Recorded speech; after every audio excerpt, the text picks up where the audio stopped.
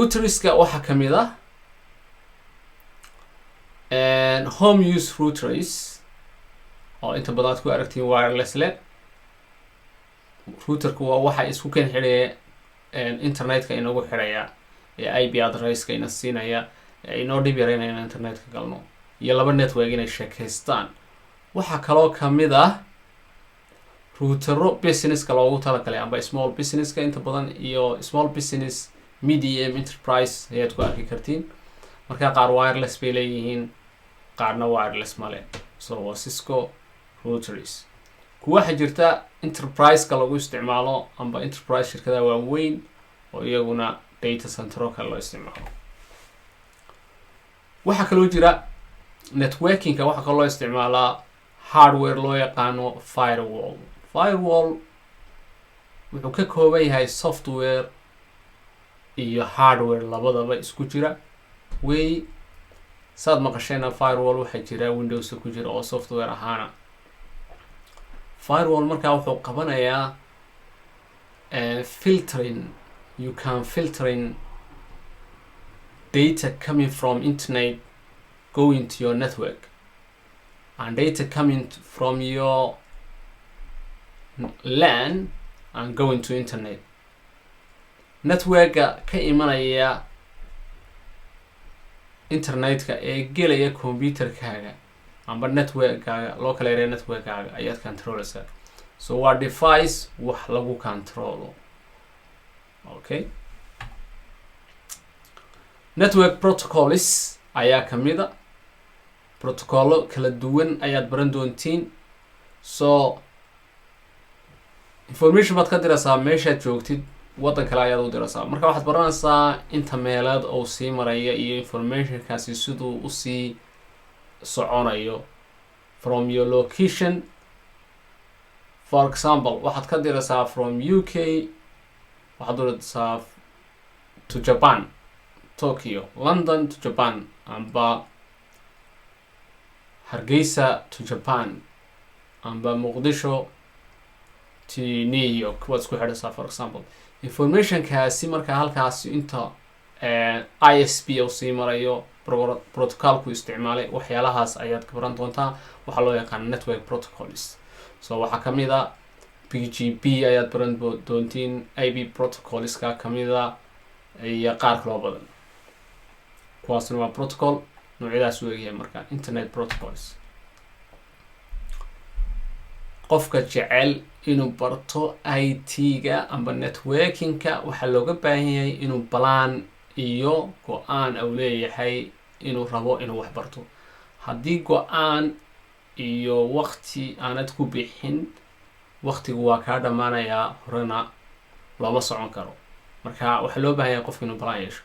okay, sida wax lagu barto waa sidee. lectures waxaa la yidhi boqolkiiba haddaan xagga sare kasoo bilaabo mise buurta xagga hoosaan ka bilaabay basica 90% teaching others. waxaa la yidhi aqoonta horta labay u baxdaa, passive learning method iyo waxay u baxdaa active learning method. qofka oo active oo wax sameynaya iyo qofka oo wax dhagaysanaya. inta badan ardayda jaamacadaha kasoo baxdaa dee aqoontoodu way kooban tahay sababtoo ah wax practical badan may sameyn. so waa passive learning. active learningku markaa wuxuu kaga duwan yahay teach others. dadka kale inaad bartid boqolkii 90% teach others. very important. aqoonta taqaanid inaad dadka kale bartid waa wax loo baahan yahay. aqoontaadii ayaa kuusii kordhaysa. okay, active learningka waxaa kamid ah 75% practice. 75% inuu qofku practice kareeyo oo ku celceliyo wuxuu bartay. waxaa kaloo kamid ah 50% group discussion inuu sameeyo oo intay group ay wada sheekaystaan casharana ay wada dhigaan su-aalo isweydiiyaan. alcilmu bayna talaamiid ayaan maqli jirnay. aqoontu waxay u dhaxaysaa ardayda. okay, haddaan u nimaadno qeybta passive learningka 30% demonstration. qofka markaad wax u sameynaysid ee tusaysid wax loo sameynayo practically aad tusaysid 30% ayuu ku baran karaa maskaxdiisa. maqal iyo muuqaal audio and visual 20%. reading qofka hadduu book maanta akhristo iska caajisaya waa 10% reading. lectures hadduu qof kale kugu akhriyana waa 5%. so waxa ugu muhiimsan inaad practical iyo dadka kale inaad wax bartid. okay, aqoonteena inagu markaas aynu baranaa brain on paper. qofku waa inuu warqad iyo nidaam samaysto, ayaanba wax barto, halkaa uu ka bilaabo kadibna uu ku socdo. waxaad u baahan tahay CCNA sidaan hadda u qaybinay. CCNA markaad baranaysid waxaad baranaysaa wax la yidhaahdo routing iyo switching amba switch routing. okay, labada baa ugu muhiimsan. kuwa kale waan u iman doonaa. labadaas ugu muhiimsan seen markaa u baranaya. switching haddaad ka bilowdo waxaad baranaysaa wax la yidhaahdo VLAN, virtual local area network, spanning tree, trunking. saasaad u qaybsanaysaa marka ayaanba amba weekba mid baad baranaysaa. routerka markaad u timaadidna saana loo qaybiyay OSPF baad baranaysaa, ERGRP, RAID, uses area, Cisco waxay ku kala duwan yihiin farshanada. version 1 RAID waa version 1 iyo version 2 bay leedahay. administration distance ayaad baranaysaa, metric. okay, haddaan qaybtan u nimaadno one area, waxaa muhiima inaad wax ka baratid point protocol iyo HDLC farqiga u dhexeeya.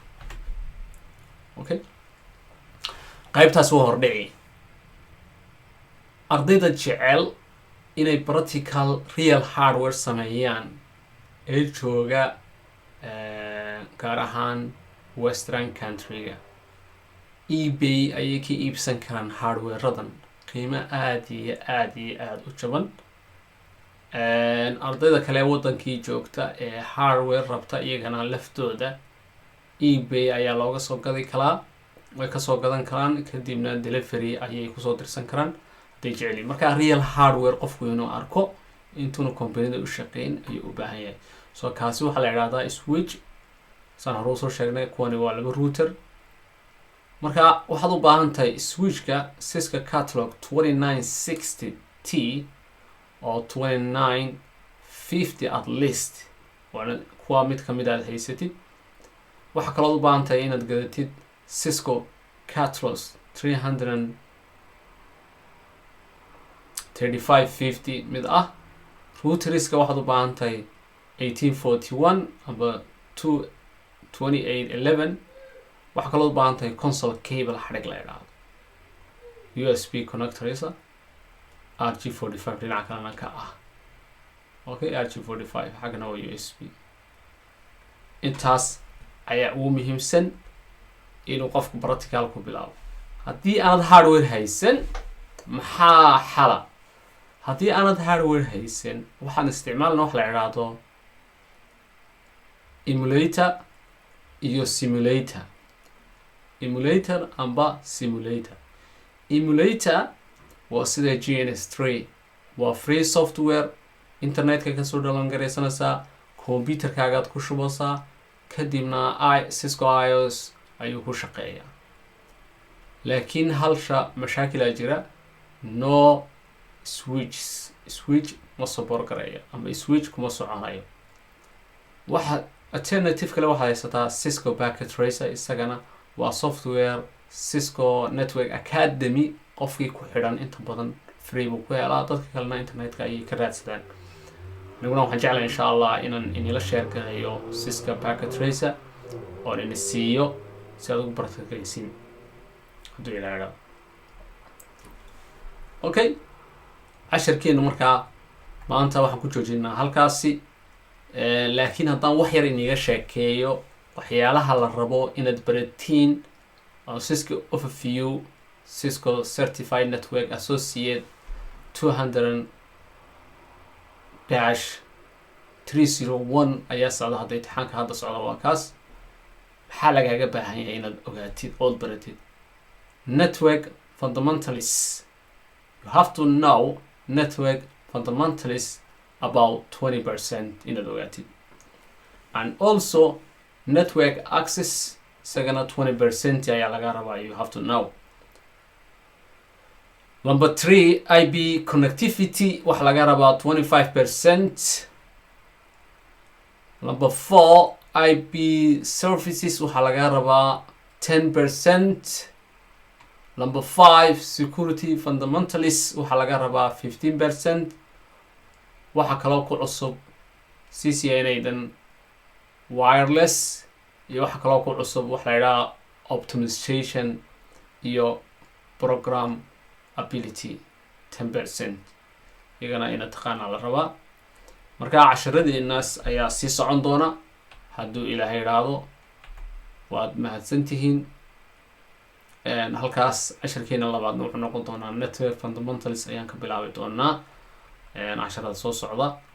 ka ayaan ku joojinaa. aad iyo aad baad mahadsantihiin. waxaad nagala socotiin website-kayga Somali amba website-keena Somali Technology Solution somts.com ayaa loo soo gaabiyey. qofka raba inuu isticmaalo wax looga baahan yahay in uu username iyo password kusoo galo. marka is register gareeya, isdiiwaangeliya. aad iyo aad baad mahadsantihiin.